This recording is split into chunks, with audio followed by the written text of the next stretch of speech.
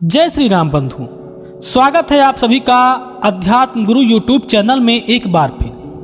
प्यारे भक्तों, आज मैं बात कर रहा हूं हमारे आदर्श मर्यादा पुरुषोत्तम श्री रामचंद्र जी के बारे में, जो संसार के समस्त नारियों के प्रति ऐसा ही भाव रखते थे।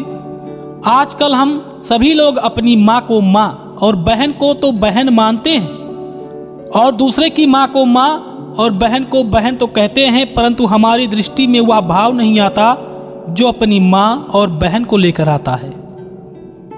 जिस दिन हमारा नजरिया दूसरों के प्रति अपनों की तरह हो गया, उस दिन राम को मानने वालों प्रभु श्री राम आपके सच्चे आदर्श हो जाएंगे।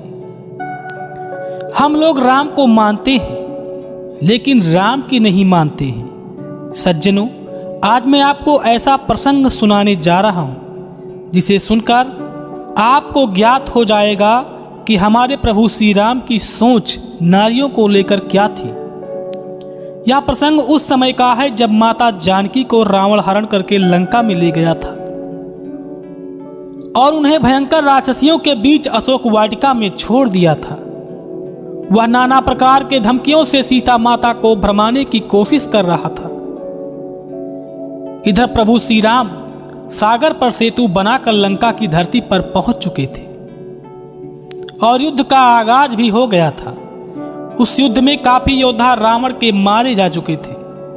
जब रावण पुत्र मेघनाद भी मारा गया, एक दिन रावण कुंभकर्ण के महल में जाकर उसे जगाने लगा।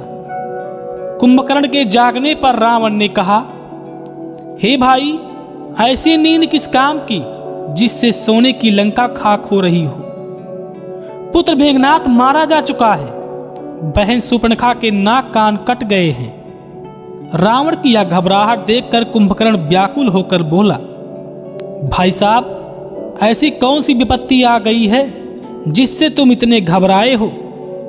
दोस्तों, कुंभकर्ण के पूछने पर रावण ने पंचवटी से लेकर वर्तमान की सारी घटना सुनाते हुए कहा, हे भाई कुंभकर्ण, सीता मेरे कब्जे में नहीं आ रही है।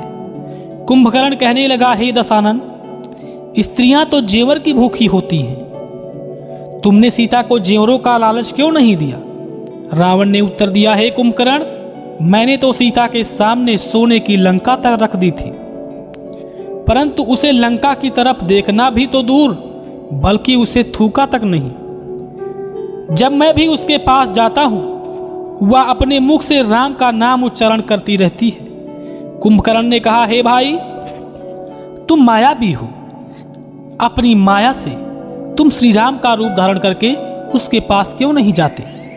रावण ने कहा, हे भाई कुंभकर्ण, एक दिन मैं राम का रूप बनाकर भी सीता के पास गया था, परंतु उस समय तो मेरी ऐसी दशा हो गई जो मुझसे कहने में भी शर्म आती है। जैसे ही मैंने राम का रूप बनाया तो मंदोदरी को छोड़कर सीता सहित लंका में जितनी भी महिलाएं थीं, वे सबके सब मुझे माँ, बहन और बेटियों के रूप में दिखाई देने लगी।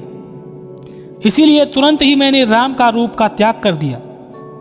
कुंभकर्ण कहने लगा, हे रावण, राम का रूप धारण करते ही यदि संसार की समस्त नारियां माँ और बहन के समान नजर आती हैं, तो यह साफ सिद्ध होता है कि बहन शूर्पणखा को भी राम ने इसी दृष्टि से देखा होगा।